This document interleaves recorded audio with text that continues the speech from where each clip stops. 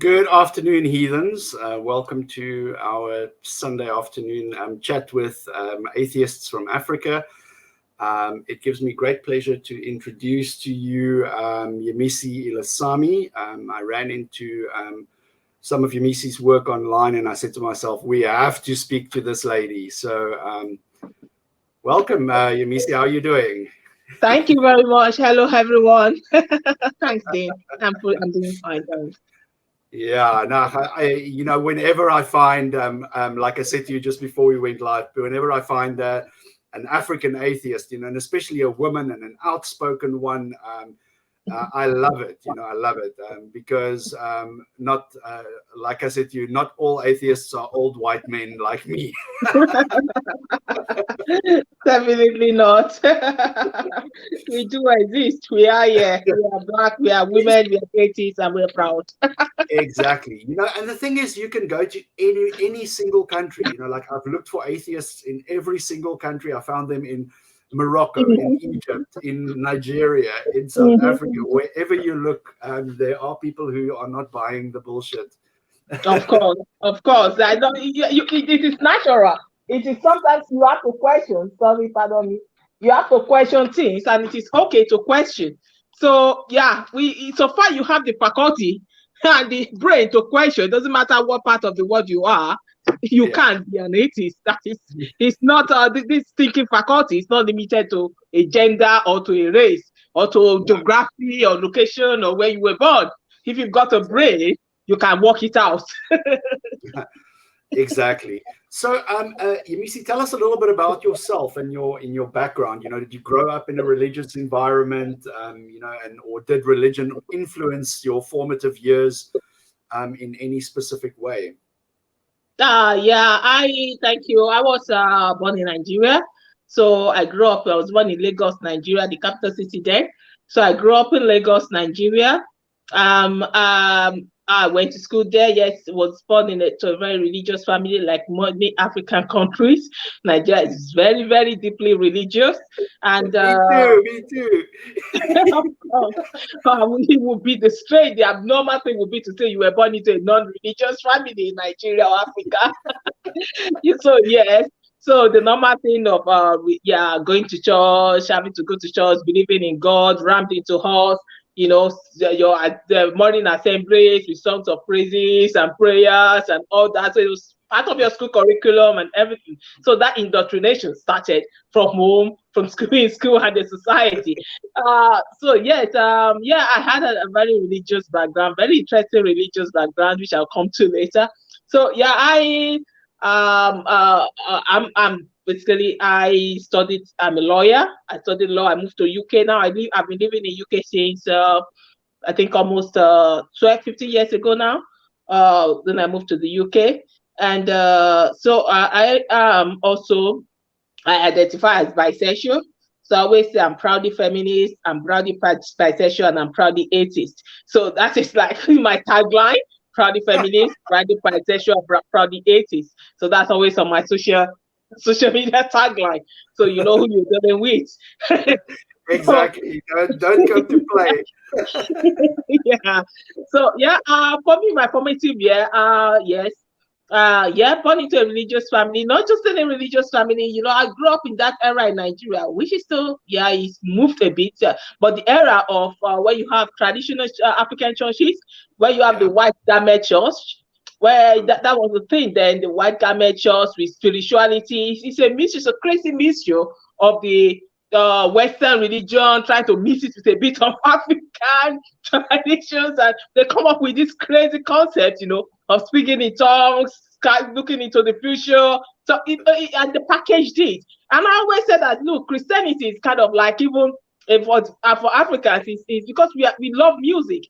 We love songs, we love lyrics, we love our beats. And I think the African style of Christianity or Nigerian style actually brought a lot of soul into church, made it more of a social movement, a place for you to go and relax and sing, and and it's like a mental well-being. Yeah. So I was speaking to the Afro-humanist as well, and she said something that was so striking. She said, like, when there's a sense of community that we have that's very intrinsic to African culture, and Yeah. even when we are in places, whatever setting, if it's a community center or Yeah. a church or whatever, like there's a bonding that occurs between people, and the churches exploit that.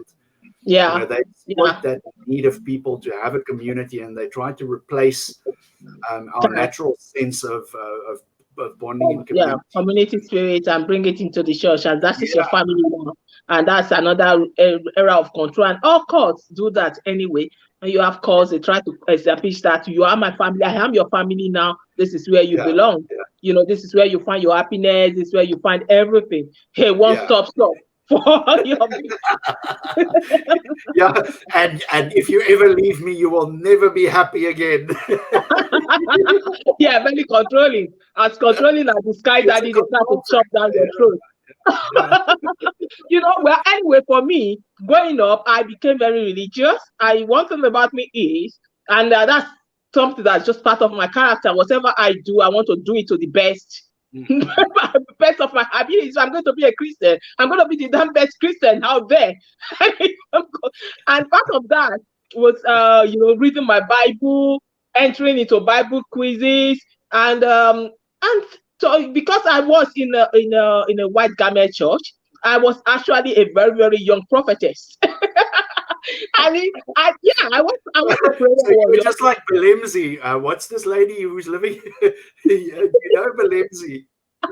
I was a prophetess. I was a young child prophetess.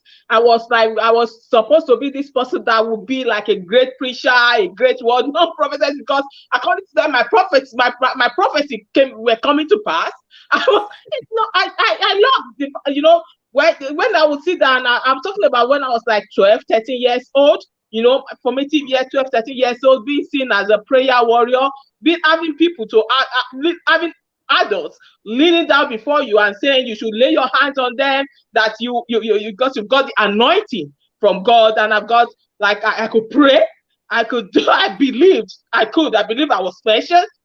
I was anointed. So I think because I've gone through all those phases, I get to understand what those Christians or believers or spiritualists, what they think they are experiencing. So because I've gone through that phase and I went through that at a young age, but look, they say when you know better, you do better. Because even then, when I was praying for people, I believed there was a God. I believed I was special. I believe I had this one-way ticket to talk to God. I was just 13, I was 14. People were like, when you have that strong belief and you are communicating that confidence to people, and people fall for it. And people are desperate anyway, so people try anything. So, but for me, I started questioning things. It's like, look, why do I would say I have to meditate, I have to think, I need to hear the voice of God to tell me what to tell people. The next, I was just like a 30, 40-year-old. That I started questioning, and some of the things were quite, very interesting, because that is what we call the hard mentality. I was a Christian, I appreciate, or I have this kind of hero-like feelings for like pastors, for prophets, and then you tend to copy whatever they do. And that is what people don't understand. When you start speaking in tongues, because I believed it was true. It was what I believed in. I believe God was talking to me to go and tell them that for children, so you should bring all the children into protection, into the house of God for 3 days. We call it Tabiabo, which is so funny to me now. I'm like, why do you need us? Why do God need us to? Because an accident is going to happen to one child, then you need to bring all the children in the church to stay in the house of God for 3 days. That's just super crazy, But you have to question, why couldn't God just stop the accident rather than ask me to tell them to bring all their children to church, for 3 days and stay and miss school and things like that? And that was just normal, and it's still normal in this kind of society. But then I started questioning, but then I thought I was hearing the voice of God. And then people will say, oh, it was because I brought my child to the house of God, as I said by this prophetess. That was why this accident that happened didn't happen to it. That's how they escaped. And that's how you spread the myths. Yeah. You spread those myths. But then I started questioning myself. I started reading the Bible, and I started being very involved concerned about social justice. And for me, that was like the thing.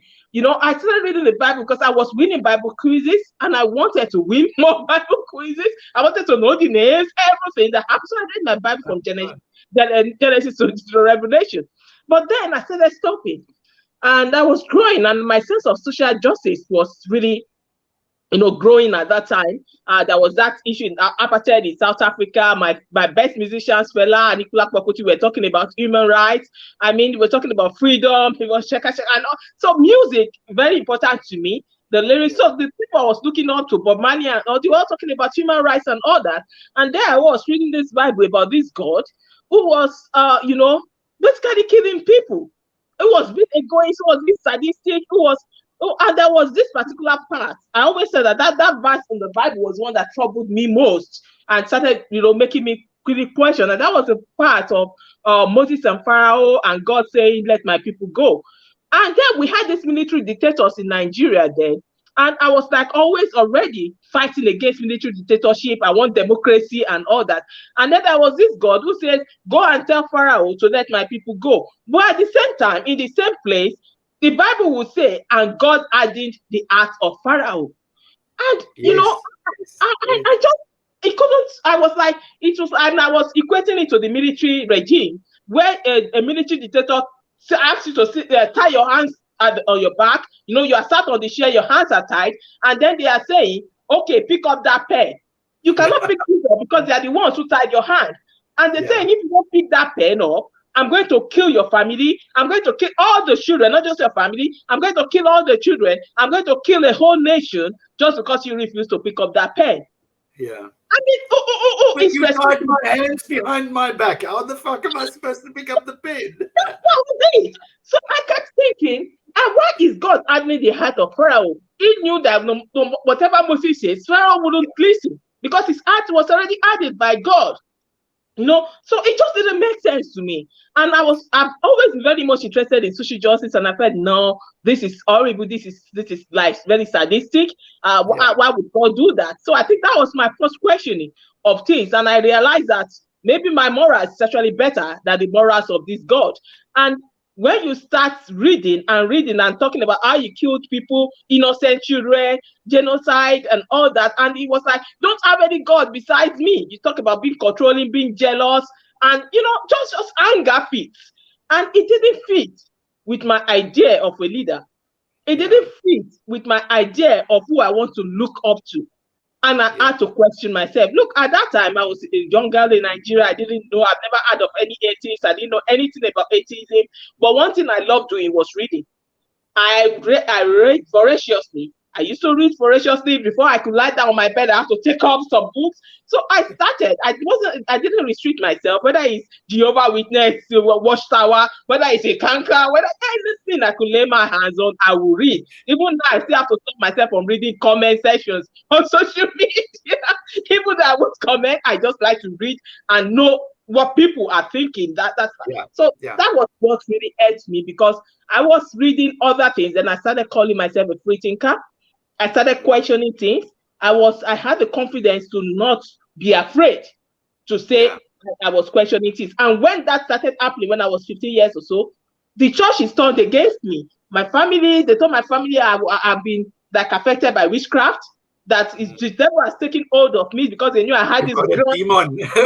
There's a demon. I had this grand, future ahead where I was going to be a vessel for God. I was going to be this great prophetess, but the devil is at work, So it's horrible, because then I'm talking about being taken to the beach side. In Nigeria, that being taken to the beach side, kneeling down for prayers, and then having people beat you with palm fronds. I was beating with palm fronds, in the essence of casting out the demons. That was a prayer, and parents go along with it, and you call it child abuse. But they think they're doing the best thing for their children. I've been called a witch. I've been asked to lead her. I've been asked to beat you with power because they want to exorcise that demon from me. So I know that feeling. I know that feeling of parents going along with it. But it's horrible. Which was one of my videos. If you watched one of my videos on YouTube, I think it's mostly one of my most watched videos with almost 100,000 views and comments on it.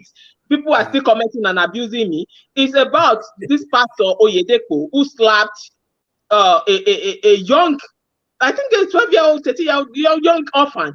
It was just a young girl who was an orphan who had been brought to live with family member, and then they've taken her to this church. Pastor Oyedepo is one of the richest pastors in Africa with his private jets, with his big billionaire status and all that. And there was this girl kneeling down in front of him in this very big, mighty congregation house, big church. And it was the girl, it was said that this girl is a witch, and the girl, very confident young girl, very, and she said, I am not a witch, I'm a witch for Jesus. And it just Pastor Oyedepo went bananas, and he was like, Jesus says there's no witch, Jesus has no witch, you are a witch, don't say that. And the girl was like, I'm a witch for Jesus. And the next thing you know, this big man with all his security men slapped the girl. He slapped the girl. And what did the dog-headed congregation adults in there? They started clapping. They started cheering him for beating up a girl. I mean, it's crazy the level of abuse that we subject people to, at the level of, I don't, is it ignorance? Because normally when you see an adult beating up an helpless child, you want to intervene, you want to ask what's wrong. But in this case, everything is okay. So why is their pastor doing it, their beloved pastor? So I pointed that out, that this is child abuse. I was like, you should slap some sense. I think the title of the video was Slap Some Sense to Bishop Oyedepo. I'm like, they were like, oh, he was beating the demons out of her. I was like, if he wants to fight demons, let him call the demons out. And not us, but let him fight the demons. Call them out and be fighting demons. Why are you beating the child? The child is not the demon. Why are you beating up the child? And I said, you adults, you should be ashamed of yourself. Clapping. And that should be that should start pure child abuse, and clapping for that.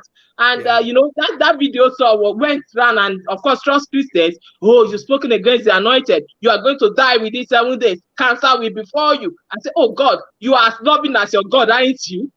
You are as loving as your God. It's funny that you mentioned this now, because we've also recently had here in South Africa, there was a group of youngsters that they locked up, and because the parents believed that they were demon possessed, and one of the girls actually died during this exorcism that they had, and it was in the news now. So it's crazy, and people always say, like, what harm does religion do? Just leave them be. I'm going like, no, just read the news and you will see what harm religion does.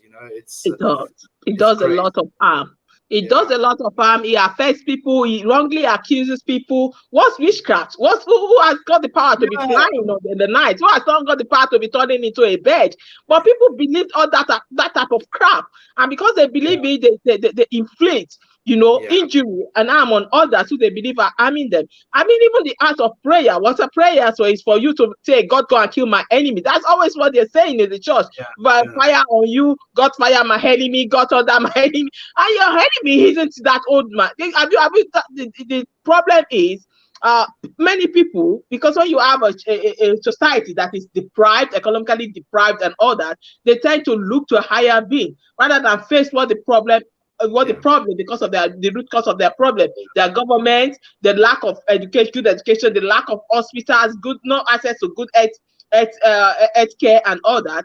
But then they now take that trust into their God and their pastor to be their doctors, to be their mental health provider, to be their counselor. And then they tell you that, oh, you know what, is the old woman. Because those are the people the vulnerable people that the churches prey upon. They tell you the old woman who is your neighbor is a witch. It's always the poor woman somewhere. A poor woman, an orphan.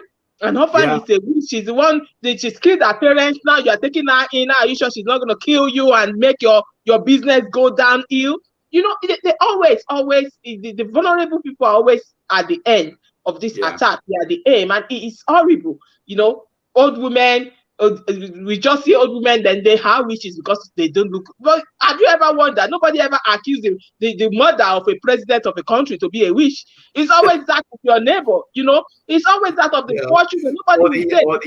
The albino person, or somebody with a deformity or some ailment. they are the victims, you know, they because have the victims they of this. self-target. It is. You don't ever say the child of that rich man, that multi-millionaire, oh, that child is a witch. You don't.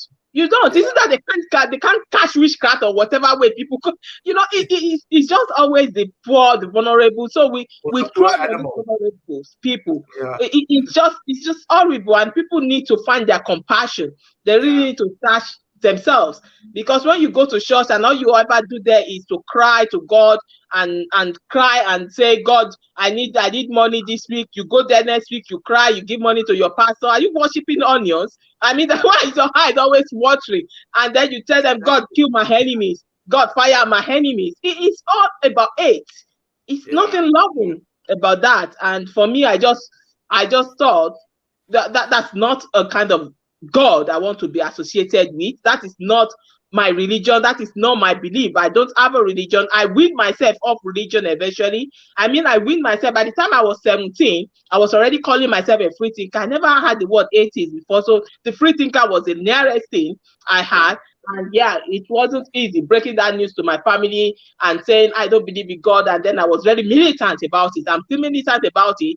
But people who I think you have a mental case, and then coupled with my sexuality, oh, definitely it's the demons that are taking hold. Right.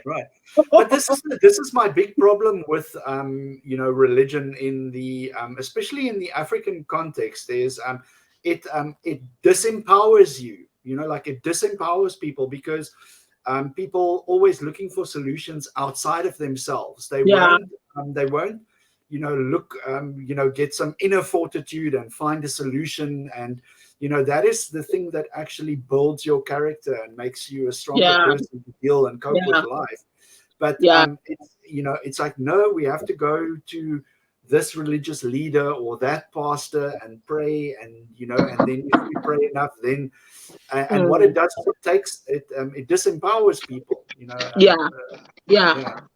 It tells you that you don't look inside yourself for solution. And I also look around, you know, when I'm on social media and they post that maybe there's a post about a beautiful flower or some kind of animal or that kind of strange. The next thing you hear people saying, now they're always Africans and Black people or Black Americans. It's always like, oh, the work of God, the power of God.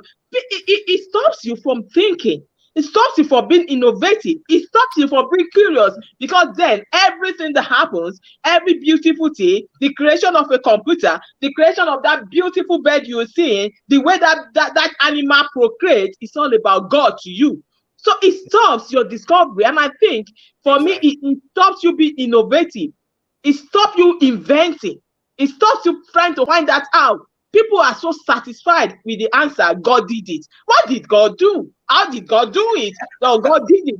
What did God do exactly? Even if God did it, why don't you try and find out how he did it? You know, some people are just, I think it stops us from being great. Religion has stopped us from developing our potentials, from reaching our potentials. Ask them, how did we create the internet and what? And you will hear, oh, God wanted somebody to do it, so he gave them. You know, it's all about God, and it's sad. I feel sad when I read things like that, and I see the name. I'm like, of course, a Black person, an Asian somewhere. It's always God, and that is how our development doesn't progress. You know, we are stuck in that circle of not, you know, finding out how things are done and going out there to investigate and to build. But no, we are satisfied with God did it. And that's one of our downfall as a nation, as a country. That's not, to me personally, that's not a satisfactory answer. You know, like when you know, when somebody says God did it, I want to know how, you know. Why? You know, how? Right. And then you know, it's always because I love nature, and I'm always like on nature channels and all that, or looking for the beautiful animals, and then somebody will say, "Oh, God is mighty. God did." I was like, "God fucking did it." You know, and I just find it so annoying when people come up with that, and it stagnant. It stagnates us in our thinking. It affects our mental thinking, and you know, we just need to break out of that mode of God did it. And not just that, if God did that, then are you going to take, is God going to take a responsibility for creating viruses and cancer and all that. God did that too. And volcanoes and tsunamis. Yeah, it should. I think, you know, I try not to, for me, I try not to judge too harshly. I mean, there was a time I really judged harshly as an atheist. I just couldn't understand why people were so crazy about this guy daddy and about this Jesus or Islam or Muhammad or whatever. I just couldn't understand. But then I'm also a socialist, and I have to look at the class aspect of it. And I know that I cannot substitute my consciousness for that of others. Fine, I started reading at an early age, and I became a free thinker at an early age. And by the time I was 20 or so, I was already declaring myself as a socialist and, you know, free of religion and all that, and a radical feminist also. But then I also see people who trod my line, who are also socialists, who are feminists, who will be the first person to tell me about how great God is. And, you know, it doesn't add up to me. And I remember I lost a lot of friendship because of that. I just like snap out of it. This is just snap out. I couldn't, you know, I was somebody, you know, when you have people you actually admire, maybe because of other aspects of their feminism or their socialism or their human rights struggle, because I find myself in all these pockets of societies where I'm an human rights advocate, I'm a socialist, I'm a feminist, I'm active in all this. Then you have these groups and groups and groups, and you realize you can't actually fit in totally into those groups, maybe because of your sexuality or because of your lack of belief. There's always somewhere where you just, they make you feel like the outsider. They make you feel like the one who is crazy, you know. And I was telling a very good friend, somebody I really actually liked, you know, a doctor. She's a doctor. She's a lawyer, you know, a doctoral lawyer and all that. And she was in my in the house where she was in a doctorate, and we were talking about. It was just, I was just talking about God and all that. And she was like, there's nothing God cannot do. And I was like, okay, God can move mountains. She said, yeah, God can move mountains. I was like, okay, this wall, are you saying with prayer now you can actually move it? And she said, yes. I thought she was joking. I said, you can. She said, yes. So if you pray now, you can ask this God, this wall removed. She said, yes, she believed in her faith. So then do it. Just like, no, you don't text God. You don't text God. Then how do you know it can be done if you never text your God? But I thought she was joking. But then I realized she really wasn't. And that's the mentality that you even with your education, with your open-mindedness, with your I mean, you've traveled the world, you still believe that with your prayers you could physically move a wall. You could physically move a mountain. It's horrible. I mean, when I was a kid, I could believe that. But as an adult, there's no excuse for that. There is just no excuse for you believing in that. And even when you are questioning yourself, if your God could move mountains and could do this and do that, then why do you force it? Why do you have people who are dead? Why do you pray, you know, and beg him to do things? Because for me, it all boils down to morals. Like I would say, if I see, like there's always, if I see somebody who's about to die, a child who is suffering and all that, and it is within my power to help, I will help. You are saying it is within your power, the power of your God, to stop all this sickness, to stop all these diseases, to stop all this pain and suffering, but it shows not to. And still you think it's a good God. I mean, if I acted like that as human beings, as friends, if I have like if I'm in a position to help somebody and I refuse to help them, the world will look at me, you will condemn me and be like, you are really a bad person, you know. Why don't we ever hold God to that same standard?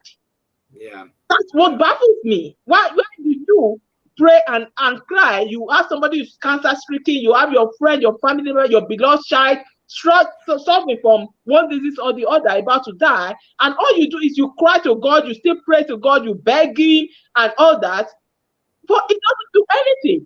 And you still believe that there is a God. You know, you still believe. I mean, for me, you have to ask yourself at that point, is this God worth worshiping? It's not for me, it goes beyond the fact that I believe there is no God anyway. But the question for me is not, is there a God? The question is, even if there is a God, whatever, whether a man, a woman, whatever the God is, animal, whatever it is, inanimate or whatever, is that God worth worshiping? Is it worth emulating? Those are the questions for me. I mean, it's not if somebody told me today and said that he's a God. I'm fine, that he's a God and I'm in front of the God. Mr. God or Mrs. God or Mr. Non-binary God, I have some questions for you. You know, Exactly. You've got some explaining to do. I mean, it's going. That's going to be that. I'm not going to be like, oh yeah, there is a God. That is not. That is the least of my problems or the least of my worries. Like that. My question is, do you have all those powers? If you have all those powers, what have you done with it? If you are not responsible with your powers, if you have not done anything good with your powers, what makes you a God? Why do you think you are worthy to be worshipped? What do you think people should obey you? What will you, I mean, that is the question. And if you look at the God you are worshiping, I don't care whether it's a Christian God or a Muslim God or a pagan God, I don't care whether it's a God, a Medusa with 3 heads or 8 heads or 8 arms. It doesn't matter. The question is, ask yourself, if you are ascribing some powers to that God, what have they done with that power?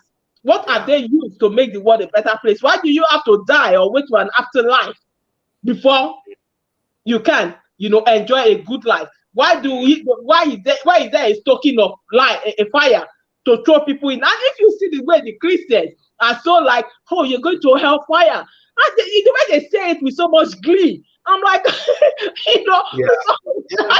I'll be going to hellfire for my non-belief. You're really a terrible person if you are releasing the thought of somebody being thrown a body forever in a fire just because they didn't believe in your God, just because you did, you are a terrible human being. And I always say that if you do things just because you feel God has said you will earn some points, I call it heavenly points. The problem about that. When your good deed is about any points, heavenly points, and that doesn't make you a decent person. You're just like buying things. You're buying currency. It's a transaction. I do good. Exactly, I get points, and I send it towards my heavenly point so that I can get into heaven. And then you're happy to see some other people go to hell. So you're not doing anything good.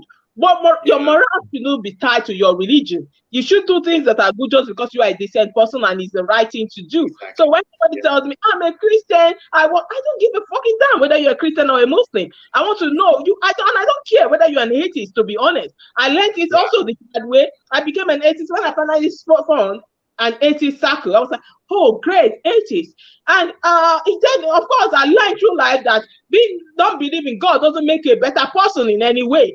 It's just nothing. You could be born in a society. I live in England, and I know many people are atheists. They don't even believe in God. Even the word atheist isn't anything to them because they didn't go through the rigor of that religious oppression. What religion means to me in Africa, what it means to me in my part of the world, they didn't go through that, so they're just non-believers.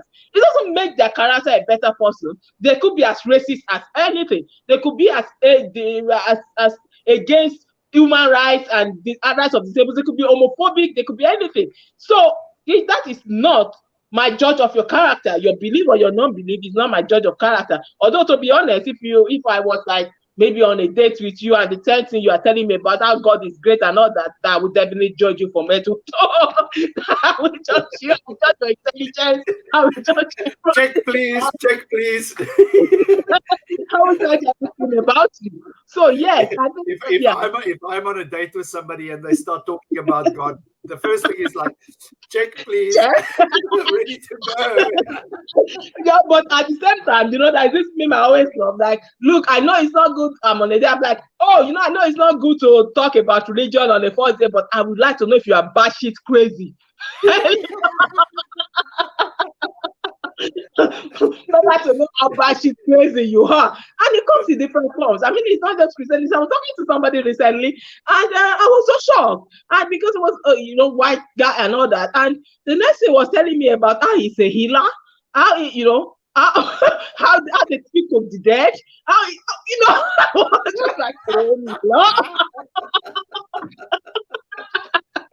And then you have to try to be polite, because now I'm trying to be polite, and you know what, I'm not going to change him or change his beliefs just in 1 minute or 2 minutes or whatever. And I don't really give a damn about changing his beliefs, to be honest. I just want to get out of there. Because you have to understand that people have come to believe those things about themselves. And I think there's an essence of egoism and narcissism there too. Because I've gone through that phase where I was this prophetess, a young prophetess, people living before you. You have the direct access to Sky Daddy to give news to people. You know, it's a touch of egoism and narcissism about it. You are special. You are the vessel. You are the one that the dead people communicate to, and those people, they prey on the feelings and of vulnerable people. They extort them of money. It's the relationship is killed. People who are desperate, who are vulnerable, you tell them you can speak to their dead ones. You tell them you can even raise their dead ones from death. This happens when people are grief seeking. They lose part of their senses. And you prey on that, and you make money. Speaking of raising the dead, don't play. We have pastors here in South Africa who raise people from the dead. I don't know if you saw that story with Pastor Alf and Carl. He literally had a person in a coffin, and it was all for show, obviously. Of course, they brought the coffin in, opened the coffin, and he was praying, and the person sat up like. I just wish people would at least all this their showmanship and they should just channel that energy and creativity into something else. Make it into a big TV show. Make it into something like talent show or whatever. But they suck people in. It's just horrible. Like Church Got Talent. People got talent. I was like looking at that these traditional dances and basically traditional shrines and what we call gods that I actually love their dances. We have the Igunu one, who's like the tallest masquerade ever, and I'm always perplexed. How do they do this? It goes up, it goes down. It's just Igunu. I just love it. I put it on my social media sometimes. I love the art and the creativity behind it. Although it's supposed to be a god dancing inside, we know it's not a god. We know it's a human being. What if we have Nigerian God Talent and people do that as a talent show and they win money and people can go and and go and enjoy it? Even the mere fact of sharing that video, people will be like, oh God, you are bringing the devil into your house. The mentality of Africans where you cannot even embrace your own culture, where we are still mentally enslaved, by colonialism and their religion, and the religion of colonialism, of our colonialists. And you can't even embrace that part of your culture anymore. You can't attend the Egungun festival, the masquerade festival, and all these talents go to waste.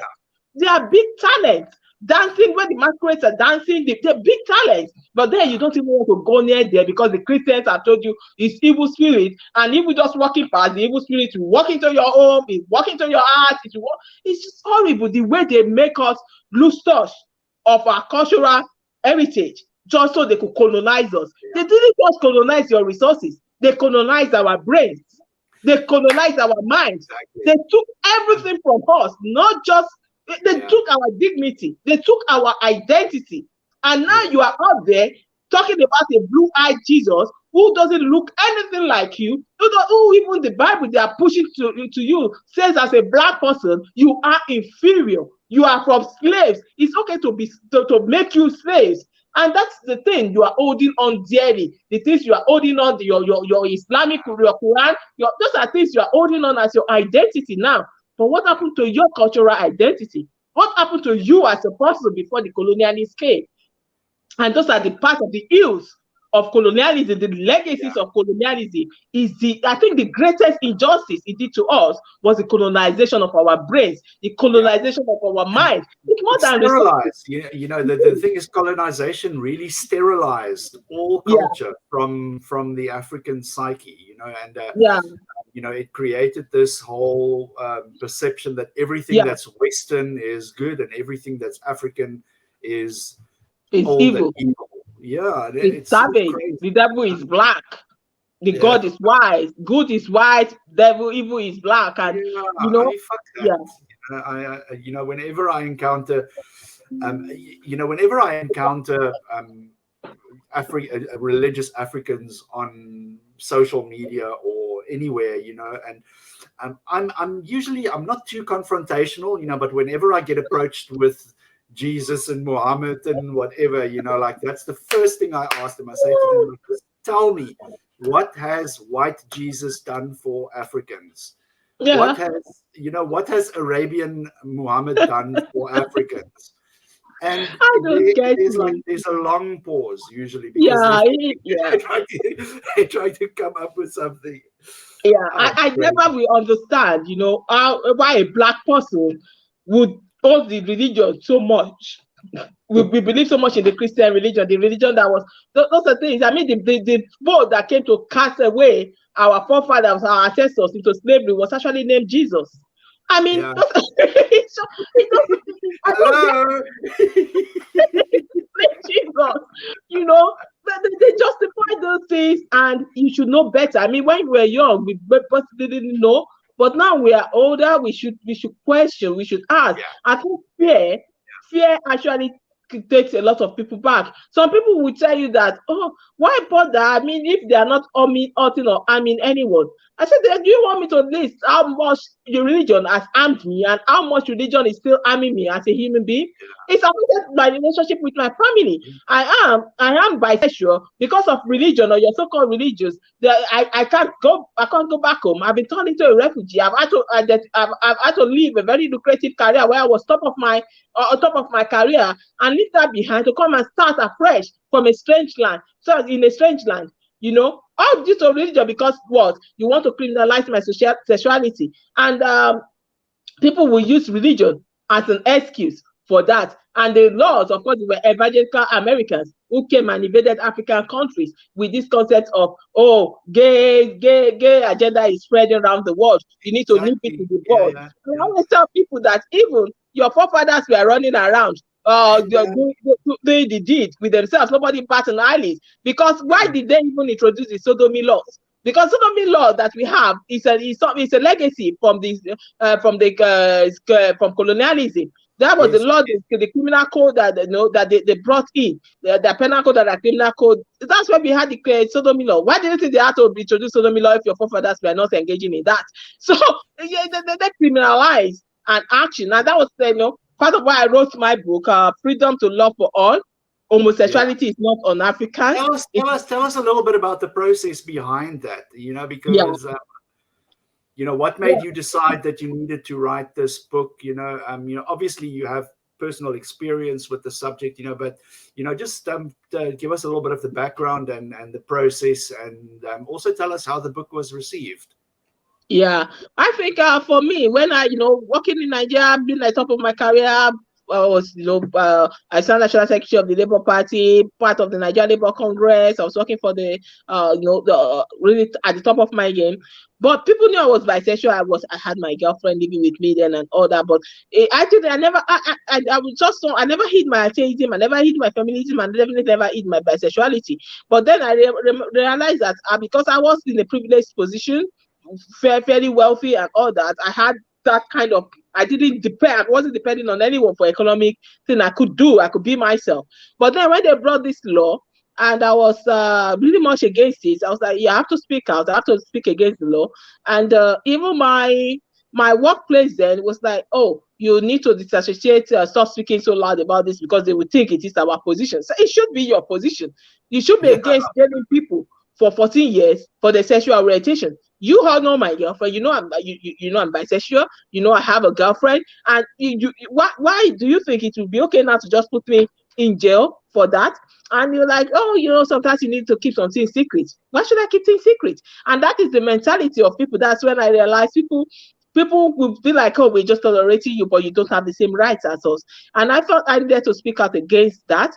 And I learned a lot then, fighting this bill, because like I said, even just like the Christianity, people you think are logical because they are feminists or whatever, they just lack complete logic or are very selfish when it comes to other things, and for me, people started talking about, they were using the law, the religion a lot. It was basically actually the Anglicans that were always like, it was mostly sponsored by the evangelicals, and the Anglicans were at the forefront of it, saying with 14 years imprisonment, they wanted the bill, they wanted the law passed, and all that. So I started campaigning against it, but I asked, why are you using your law? I'm an atheist. Why do I have to follow your law? Your religion is not my law. And I started writing a lot of blog posts on that. I was taking their arguments in the parliament, their arguments in the house. So I was using it against them. There was one that was like a divorcee who was like, oh, God said this is against God. I was like, this is your Quran or whatever. Your Bible also said don't divorce. How many husbands have you had? And you have things, people, they just choose and pick, they cherry pick their religion, the part of the Bible they want to enforce, or the part of the Quran they want to enforce. And I was like, look, in this parliament, I was as a young lawyer in Nigeria, then I fought very hard with other women lawyers to have what we call the Child Rights Act, which was something that criminalized child abuse, and also increase the age of child marriage, so that you don't have 14, 16-year-old people being carried up to marriage. But then you have for marriages, and then you have the people sitting in the Senate, because they are from the northern part, they try to say, oh, the Sharia allows us to marry children, and they have them with their big pot bellies there, married to 16, 17 underage children, and there they have with their pot bellies having the guts to stand up in parliament and talk to adults that they can't engage in relationship because of their gender, because of their sexual orientation. I was like, what gives you the right? You have a child, you have a relationship with a minor, and you're talking about two consenting adults telling them they can't do this because your what? Your Quran, your big tummy, or what exactly is it? So it's just horrible. And I was so angered by all that. I was writing blog posts. People were, whatever arguments people were making, they were saying it's un-African. And that was why I said, this is not un-African. Sexuality has been there for time immemorial. If you are a human being, you have a sexuality. What that sexuality is whatever. It's also part of the animal kingdom. And that's when I decided to put everything into this book, because I did my master's degree in law on gender, sexuality, and human rights law. So basically, it gave me, the materials to also research this. And when you look at the pictures in front there, that is called Newton and Cleantop. I can't pronounce really. They are Egyptians. They are black male servants. People. There's always that thing that people say they were lovers and they were buried together in the same plot. And on that plot, you have joined in life and joined in death. And it is said that this is the oldest painting in Egypt of same-sex couple, the oldest painting in the world, and that is of black people. So when you look at your history, you find that sexual orientation, gender identity is nothing new. It's not a Western concept. And when you also look at even in other parts of our African countries, we have places where even the kings will take young men, young warriors as lovers, as gifts from war. And you have this part of Nigeria, the Calabar matriarchal system, where if you have in Nigeria, where I come from, the Calabar side of it, where there is this culture where if you are the only female child there, and in the family, you don't have a male child to carry on the name of the family, you actually you are obliged by culture to go and marry a woman. The woman marries another woman, and they get the woman to somebody to impregnate the woman, and the child that woman has belongs to the woman in that house, and it carries the father's name of the woman, so that they can continue the father's line. So you've had same-sex marriages. They didn't come from Western whatever. This is part of your culture. We've had, whether for love, for reproduction, for whatever, there has always been same-sex attraction. It's nothing important. I am a bisexual. I didn't even know the name bisexual, but I knew I was attracted to the male and same-sex gender and other gender. I knew it didn't matter to me who the gender is. And that was from a very early age. And I didn't feel that I was influenced by anybody, because I've never even met a white person or even heard the word bisexual. It's just the same way I became an atheist. I was already an atheist before I even had the name atheism or what atheism means. So you work some things out yourself. It's natural. You are human. You are born a full human being, capable of doing everything a human being and feeling everything a human being can feel or do. So we shouldn't limit ourselves because you're Africans. No, you're not all that special or different from the rest of humanity. And I think sexuality, from time immemorial, comes from Africa, because if Africa is a cradle of civilization of humanity, and you migrate to other worlds, but yes, it has been part of us. So the book kind of traced those arguments, and then it talks about people there is a session about allowing same-sex relationship will lead to pedophilia and all that. And I was like, really? What are animals and human consent? How is that? So those things are examined in the book, say that it is not un-African. And apart from that, even your culture or whatever is never a reason to justify taking human rights away from another person. I mean, Africa has its culture, but not all cultures are good in Africa. I mean, I came from a part of the country where a part of Nigeria where there was a part of Nigeria where they used to kill twins. They feel that twins were evil and all that. But I come from the part of Nigeria where they celebrate twins, and it was like a big blessing to have a twins, and you have the oriki and all that. So there are different type of cultures, and you have to you have to ask yourself, even in your culture and in your religious beliefs, does this meet morality? Does it meet my moral compass? Does it breed goodwill and better friendship? Does it at least make the world a better place? So you question everything, even if it's an African or African. The thing is, they are two adults. They have the right to their feelings. I'm not harming you. Your religion harms me. When you say your religion says you can't do that, look, I'll tell you now, my position on religion is, when you tell me your religion does not allow you to do that, I say, okay. But when you say your religion does not allow me to do that, I'm like, fuck off. What's my business? Whatever you want to do with your religion. So far, you don't start legislating your religion over me. You don't make your religion my law. That is what people have to understand. They are very selfish in their so-called religious beliefs. They want to legalize it. They want you to follow whatever nonsense things they believe in. And I'm like, no, I can think for myself. Thank you. I didn't sign up to a religious society. I didn't sign up to a constitution that says religion is my law. So that's how this book came about. How was it received? When you read online, at least people praise it in the African setting, that look, it's good to have a voice from an African voice talking about homosexuality, sexuality generally, because most of the times the books you read are from white people, and then the Africans are like, oh, they are still just trying to brainwash us. So it was authentic, an authentic voice of an African person, talking about sexuality and addressing this issue. But then, of course, you have people are like, I'm God, I'm going to have my head beheaded. I got a lot of hate mails. Also, people are like, you are trying to turn our children into this. You are just the devil incarnate. You are the CCCs. I got a lot of abuse and hate mail online. But even then, that was just generally for my campaigns. I wrote a lot of blogs on this, and so I was always used to getting those abuses until it became something not safe for me to even be in Nigeria at that time, because we were waiting for you at the airport. It was just a lot of hate mail all the time, and I always posted. I would say, like, look at what another Christian has said or another Muslim. It's always about how they want to behead me. I'm like, how do you, in the name of their God, they will fight in the name of your God. We're going to kill you for our God. And I said, how evil do you have to be to be so happy about beheading and harming another person just because of their sexuality, or because they don't believe in what you believe in? You are an evil person. So that's why I say most people are evil to the core. Their religion makes them justify their evil hearts. No, it's crazy. I always find it very striking how it's always the followers of the God that takes offense. The God never takes offense. God doesn't care if I sin, if I do whatever. God doesn't care. But it's the followers. It's the fan club. I always call them the fan club.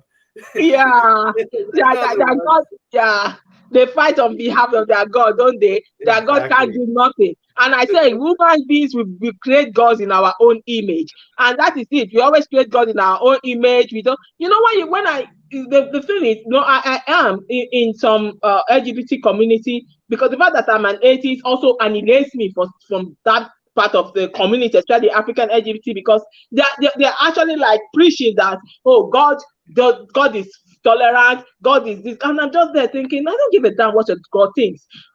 Will it be okay now? Because people will say, but Jesus is tolerant, Jesus loves you as you are. I don't care. I don't give a damn whether Jesus loves me or not. I want to love who I want to love. And what happens tomorrow if you read a part in the Bible that says, oh, Jesus actually don't like gays? How would that change anything for me? I don't care about the opinion of your God. I don't care about the opinion of your Bible. So when you are like, oh, I'm LGBT faith or whatever, fine, good, if it gives you pleasure, but don't tell me God loves me. Don't you, because for me, that is the right. What if tomorrow you can interpret your Bible how you like, you can interpret your Quran how you like, you can interpret it to suit your own mentality at that stage. So I don't want to be beholden to the idea of a supreme God or a book that was written by people I don't know, by people in power at that time who doesn't have my interest at heart. I'm not influenced. I mean, reading the Bible to me is just like reading a comic book. It's the same thing. Your God to me is as real as Superman, as real as Flash, as Spider-Man. It's as real as, they are comic books to me. They are Batman and all that. Reading it, you can't quote it in the court of law. You can't tell me this is how I behave because this is what Spider-Man would do. What would Jesus do? What would Superman do? What would Flash do? That's the same to me for all. So when people say the Bible said we shouldn't actually, I don't know, fine. It's not your Bible says, but well, he said, if I come to you and I say the Superman meet or the comic book says, it's just to say, just tell me. I said, this gentleman, that's all I care about. We shouldn't be arming others. We shouldn't be arming consenting adults. We shouldn't be criminalizing people for who they love. You love who you want to love. I am bisexual. I will love whoever I want to love. I will be in sexual relationship with whoever I want to be. You will be, whether I want it to be a monogamous or polyamorous or polyandry or whatever. That should be a choice all adults should make. It shouldn't be a choice that a Bible or a Quran or a holy book or a prophet, or it shouldn't be something that they make for us. You have a brain, for goodness sake, use it. You didn't evolve a brain to have people who lived 100 years ago tell you what to do. You should use your brain, and that's what and they get annoyed really when you tell them that grow a brain. Yeah, grow a brain and don't rely on what some people with power wrote in a book 10, 15, 100 years ago and use it as your guiding light in this modern day. You should be ashamed of yourself. Exactly. Tell me, Yemisi, sorry, I just want to be cognizant of the time as well, because I feel like I can speak to you for like 4 hours nonstop. But I think we're running up onto the 1 hour mark. So let's tie this up and just tell us shortly about your what you are passionate about, and some activism that you've been involved with. And then finally, we can just wrap it up with, I love this question. I always ask this question to all the guests, is just to think about, what they would say to a younger version of themselves, just to kickstart, that process of thinking critically. Yeah. Thank you. What am I passionate about? I'm very passionate about social justice. That's like the bedrock of my being. I'm passionate about having a good conscience on me, being able to also help to create a better society. Because I think I lied down as a young child. I remember myself as a young child, 14, 15, staring up in the sky, just wondering, this is a tree. And what is this human being? We are all humans with our branches spread across. We are all brothers. We are all sisters. That kind of ideal utopian thing that was what started me on this journey of, being free of God, trying to at least treat people the way I would love to be treated. And I think I'm very passionate about that. And that comes across in wanting a democratic society, wanting human rights for people who are disabled, having great access, believing all this stigma around disability, you're like all this thing about maybe you did something in the past life, that's why you are born disabled, all this stupid karma or belief or reincarnation belief that stigmatize disabled people. We just need to educate, So for me, I think it's about equality for all, equity and justice, wanting to have a better world, wanting a place where everybody will feel like they belonged. So for me, the campaign against homophobia, transphobia, biphobia, let people be. Let people be who they want to be. Let people be. If they tell you that they feel they're non-binary or they feel like they're a woman, it doesn't take anything away from you. Let people be who they want to be. Don't let it stress your own life. Live and let's live. So for me, the rights for trans women, the right for Black people, racism has done us a lot of harm. I live in a country, and I always joke. It's not a joke, but it's just the truth, that I didn't know I was black until I was in my mid-30s. Black in the political sense of it, because that was when I came to the UK. And then I fled one oppression for the other. I fled biphobia, homophobia, then I fled that and came into another discrimination, racism. So it's like, in the world, where do you fit in? So yes, racism is another thing. I am very passionate about fighting racism wherever I am, whether at work, at home, in the society. Black lives matter. All lives must matter, and all lives don't matter until black lives also matter. And I'm very passionate about that. The eradication of racism, or not just it, but the effects and the legacies of colonialism and slave trade and all that. So those are causes that are very, very close to my heart. If it will better human being, it will better relationship, it will better equality.